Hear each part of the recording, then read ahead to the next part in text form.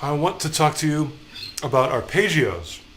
And in the world of guitar, many people use the sweep picking technique for arpeggios. And I've done it myself, but I really prefer a lot of other methods. So I want to introduce you to those, and we'll let the sweepers of the world take care of the sweeps. My favorite way of doing arpeggios is string skipping. There's a couple different ways to string skip. The most basic one I would want to show you would be this E minor triad.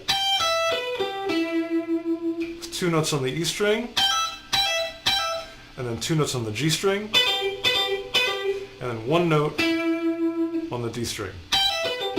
I'm doing that with 3 downstrokes, and all the rest of the notes are pulled off. I like those pull-offs because they make the lick sound very smooth and natural.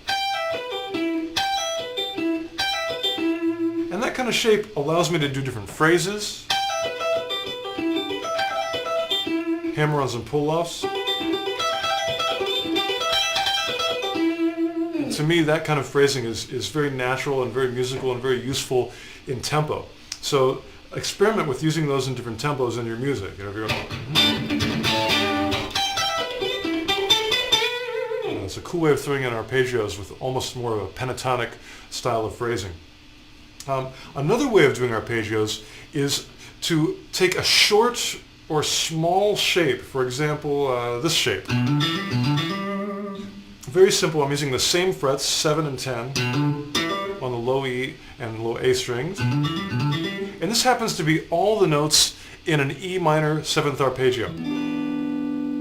It's got the root in the 3rd, it's got the 5th and the 7th. That's all you need. So let's take it up an octave and start it here. Same fingering shape, just an octave higher. And once again up an octave. So real slow. This is a really cool way of visualizing how to play an arpeggio. Because you have the same shape in 3 places. And all you have to do to be able to find those places is know where your octaves are. So I'm looking for the B here, here, and here. And you can even practice moving your first finger between those B notes. That way your hand gets used to the technique and your eye gets used to visualizing that position shift in order to make that arpeggio happen.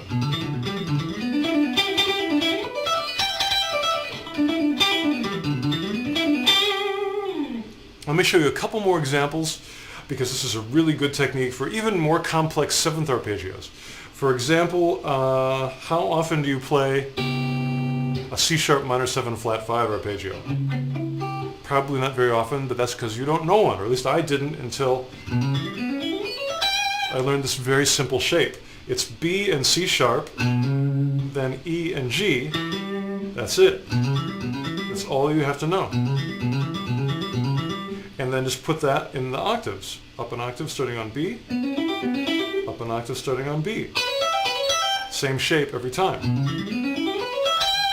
Then just experiment with it to try to find hammer-on and pull-off sequences that allow you to go between the positions.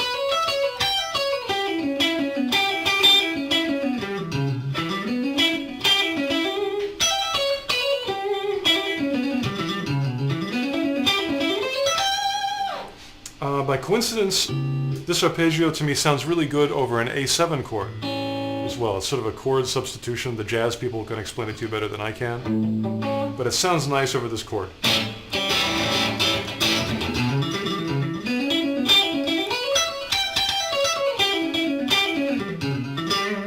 You can even add the A, the root of the chord, into the arpeggio by sliding into your original shape. I do A, slide up to the B, and then I've got my original shape. And we can do that each time. Here's the A. Here's the A. That's a nice sounding arpeggio.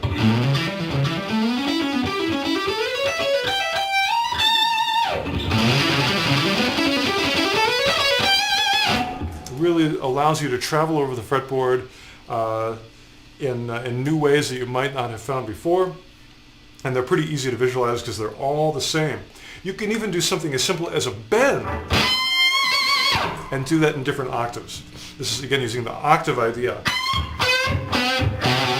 to expand your playing. Those are all B going up to C, a half step bend.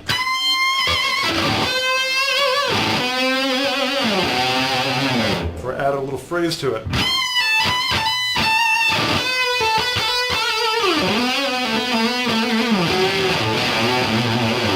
Any lick you have, you can do in different octaves. You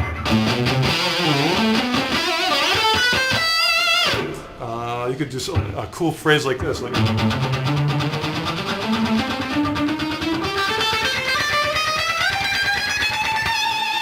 There's so many different ways of using octaves to get over the fretboard. 3-note per string scales work that way as well.